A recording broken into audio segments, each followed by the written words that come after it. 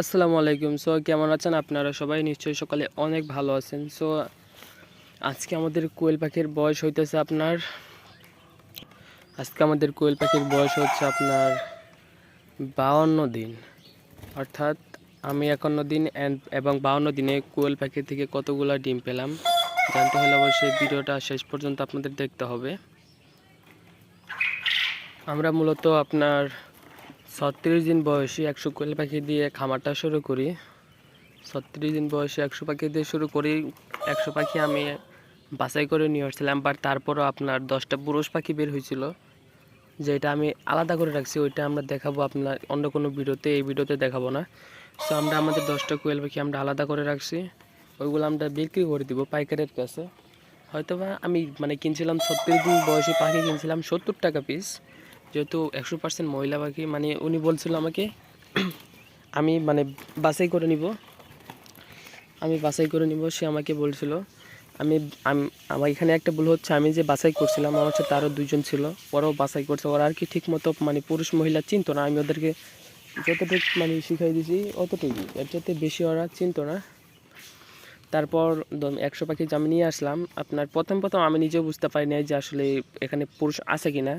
যখন আপনার 45 দিন বয়স হইল তখন দেখি যে কোয়েল পাখিগুলো ডাকা শুরু করছে।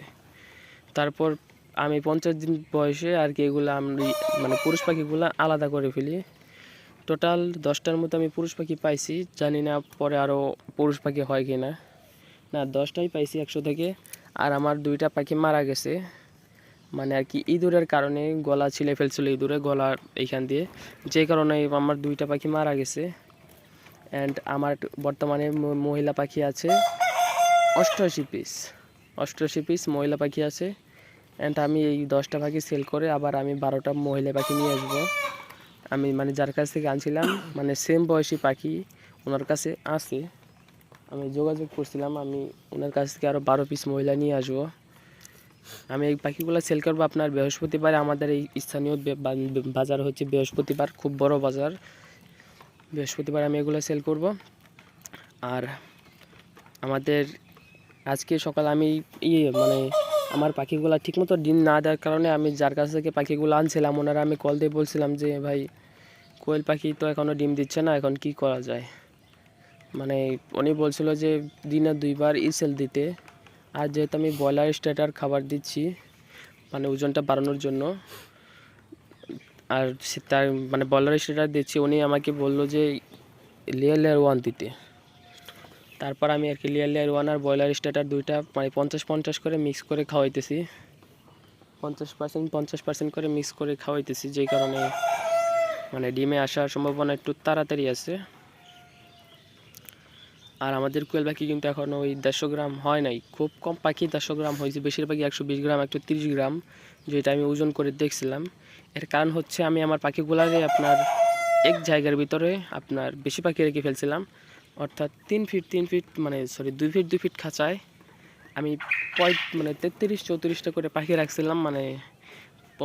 প্রথম মনে হয়েছিল যে ঠিকই আছে, যখন পাখিগুলো আরেকটু বড় হলো তখন বুঝতে পারলাম যে আসলে খাঁচাটা ছোটো হয়ে গেছে পাখিদের জন্য। তারপর আমি কমিয়ে এক একটা খাঁচায় 25টা করে পাখি রাখলাম, 24-25টা করে পাখি রাখলাম। এখনও আর কি ওরা একটু পাতলা পাতলা লাগে পাখি, খাঁচার মধ্যে ওরা কমফোর্টেবল মনে হয়।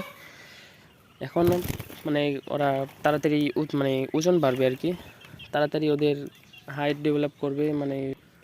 আর আপনারা যারা কোয়েল পাখি পালেন, যদি কারো কোনো সমস্যা থেকে অবশ্যই আমাকে কমেন্ট করবেন, আমি বলে দিব যে কি কি কোনো সমস্যা থাকলে আমাকে কমেন্ট করবেন, আমি বলে দিব যে আসলে কি সমস্যা আছে কি না। আমার ম্যাক্সিমাম কোয়েল পাখি পালনে যত সমস্যা আছে আমি সবগুলাই জানি, কোন সমস্যায় কোন ওষুধ দিতে হয়। কারো সমস্যা থাকলে অবশ্যই আমাকে বলবেন, আমি অবশ্যই ওষুধের নাম বলে দিব। আর অবশ্যই আপনারা যারা ভিডিও দেখতেছেন অবশ্যই সাবস্ক্রাইব করবেন আমাদের চ্যানেল। আর আমরা আপনার 52 দিন বয়সে কতগুলো ডিম পেলাম, আমরা 51 দিন বয়সে পাইছি 3 পিস, 52 দিন বয়সে পাইছি 3 পিস। আর আপনারা আগের ভিডিওতে যারা দেখছেন 50 দিন বয়সে আমরা কতগুলো ডিম পাইছি, 50 দিন বয়সে কিন্তু আমরা ডিম পাইছিলাম 5 পিস। অর্থাৎ 50 দিন বয়সে আমরা 5 পিস ডিম পাইছিলাম। আর ভিডিওটা রাতে করার কারণে হয়তো একটু গুলা দেখা যায়, হয়তো স্পষ্টভাবে দেখা যায় না। এই যে আর ডাকিস না রে, আর ডাকিস না। অনেকে বলতে পারেন যে ডিম কেন এত কম পাচ্ছি, অর্থাৎ 52 দিন বয়স হয়ে গেছে, আমার তো এখন 50-60টা করে ডিম পাওয়ার কথা, বাট আমি কম ডিম পাওয়ার কারণ হচ্ছে আমাদের পাখিগুলো এখন ওজনে আসে নাই। অর্থাৎ মানে ওজনে কেন আসে না সেটা আমি নিজেও জানি না, কারণ আমি খাবার দিচ্ছি ব্রয়লার স্টার্টার, যেটা খেলে আর কি মানে রাতারাতি পাখির ওজন বাড়ে।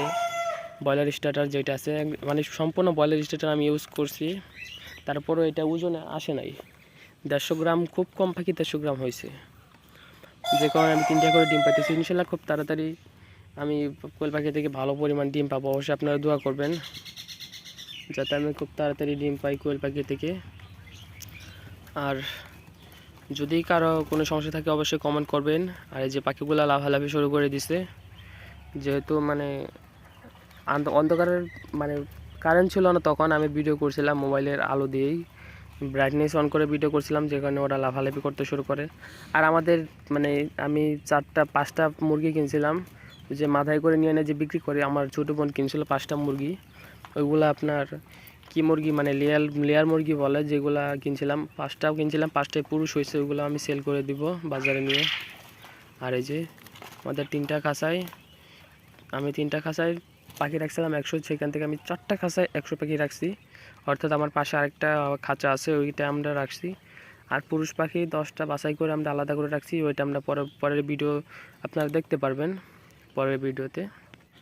আর আপনারা যারা পুরুষ মহিলা পাখি না চিনেন, তাদের জন্য আমি খুব শীঘ্রই একটা ভিডিও নিয়ে আসবো যে কীভাবে আপনার মহিলা পুরুষ পাখি চিনবেন। আর আমি সিম্পলি একটা মানে বলে দিই পুরুষ মহিলা পাখি চেনার উপায়। আপনার পুরুষ পাখি হবে মানে গলার নিচে বাদামি কালার হবে, বুকের এই সাইড দিয়ে মানে গলার নিচে বাদামি কালার হবে, ফোঁটা ফোঁটা খুব কম হবে, যে ফোঁটা ফোঁটা মানে কালো দাগগুলো আছে ওগুলো কম হবে।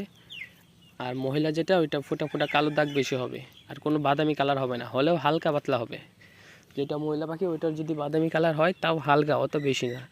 আর আরেকটু বিষয় হচ্ছে আপনারা পুরুষ পাখি মানে পিছনের দিকে দেখবেন যে মানে পুটকির ওইখানে দেখবেন যে উষা উষা থাকবে, আর ওইখানে একটা মানে গোটার মতো থাকবে, ওইখানে টিপি দিলে আপনার সাদা ফেনা বের হবে, ওইটাই হচ্ছে আপনার পুরুষ পাখি। সো আর পুরুষ মহিলা কিন্তু চেনা যায় আপনার 25 মানে 30-35 দিন বয়সে ভালোভাবে চেনা যায়। আর যদি রানিং হয় তাহলে 100% চেনা যায়, পুরুষ মহিলা 100% চেনা যায়। আর আমার খাঁচার ওই যে আপনারা দেখতে পারতেছেন যে যেখান দিয়ে মাথা বের করে আর কি, এটা ছিল আপনার কবুতরের খাঁচা, যেখানে ওই যে মাঝখান দিয়ে ফাঁকা ছিল, ওইখান দিয়ে আপনার কবুতর মাথা বের করে বাইরে খাবার খাইতো, যেগুলো দিয়ে কোয়েল পাখি বের হয়ে যায়, যে কারণে আমি ওই যে জিআই দিয়ে দিয়েছি যাতে কোয়েল পাখিগুলো বের না হইতে পারে। আর ওই যে আপনার নিচে দেখতে পারতেছেন আমার 4টা লেয়ার মুরগি, যেগুলো মোরগ হয়েছে আর কি, ওইগুলো আমি সেল করে দেব। মানে ওইগুলারে বলার খাওয়াইতে খাওয়াইতে মনে হয় যে মানে 2-3 হাজার টাকার বলার খাই ফেলছে। আর এদের 4টা মনে হয় আমার 1500 টাকা আমি সেল করতে পারবো না, কারণ দেশি হইলে সেল করা যেত।